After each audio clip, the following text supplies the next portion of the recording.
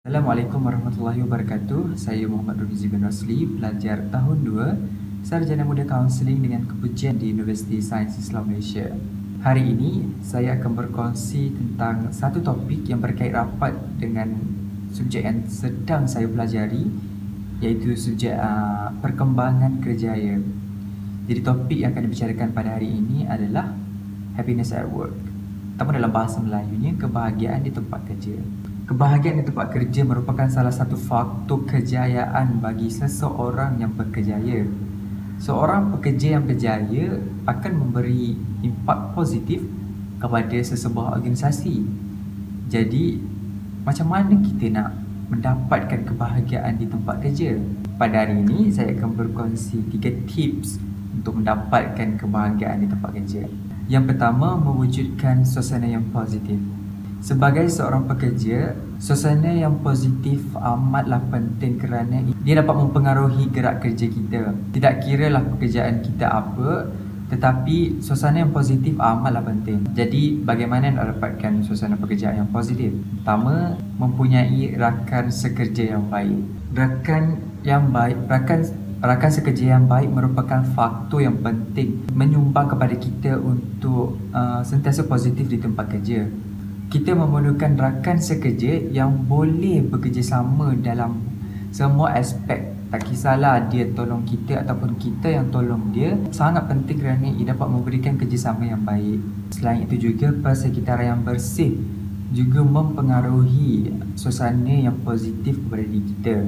Sebagai contoh, saya ambil sebagai contoh, kalau kita bekerja dalam keadaan yang busuk, adakah hasil kerja kita tu bagus? Tidak kan? Sudah pasti tidak. Kerana kita akan merasa tidak selesa untuk melakukan sesebuah pekerjaan.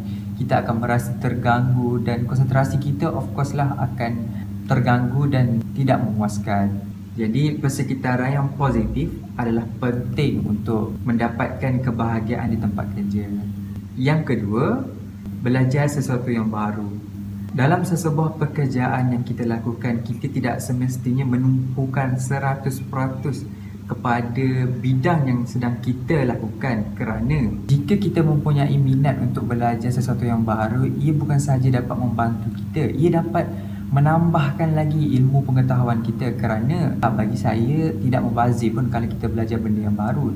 Sebagai contohnya, kita mungkin akan bekerja sebagai kaunselor, tetapi tidak semestinya kita akan menumpukan kerjaya kita sebagai kaunselor sahaja. Saya bagi contoh dalam diri saya belajar dalam bidang kaunseling, tetapi saya meminati bidang fotografi dan juga videografi. Jadi bagi saya, bidang kaunseling merupakan bidang utama yang ingin saya kerjakan. Tetapi saya juga menumpukan perhatian saya dalam bidang fotografi dan juga videografi.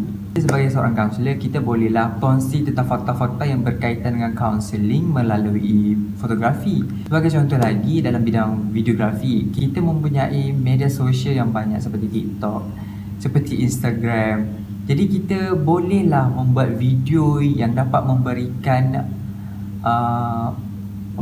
awareness. Kita dapat memberikan apa yang dalam Melayu dia awareness, memberikan kesedaran kepada masyarakat betapa pentingnya isu kesihatan mental. Yang ketiga, anda hendaklah sentiasa bersyukur.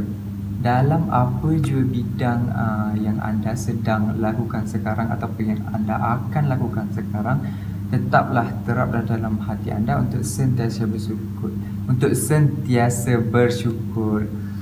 Bagi saya, jika anda bersyukur, sudah pasti segala pekerjaan yang anda lakukan, anda akan merasa kebahagiaan dalam diri. Kerana kalau kita lihat peluang pekerjaan pada waktu sekarang ni sangatlah sukar. Jadi apa jua pekerjaan yang anda dapat, anda adalah bersyukur. Dengan mengambilkan sikap bersyukur ni, anda dapat mengubah keseluruhan sikap anda terhadap sesuatu pekerjaan. Juga saya ingin berikan satu dalil berkaitan bersyukur. Bismillahirrahmanirrahim. Fazkurni uzkurkum washkuru li wala takfurun. Maksudnya, maka ingatlah kepadaku, nescaya aku ingat kepadamu, dan bersyukurlah kepadaku dan janganlah kamu mengingkari nikmatku. Surah Al-Baqarah ayat 152. dalam kehidupan kita, kita hendaklah sentiasa bersyukur dalam apa jua keadaan kerana kita tidak tahu pengakhiran dia bagaimana. Jadi, terapkan dalam diri bersyukur untuk sentiasa hidup bahagia di dunia dan akhirat insya-Allah. Amin. Sekian daripada saya. Terima kasih.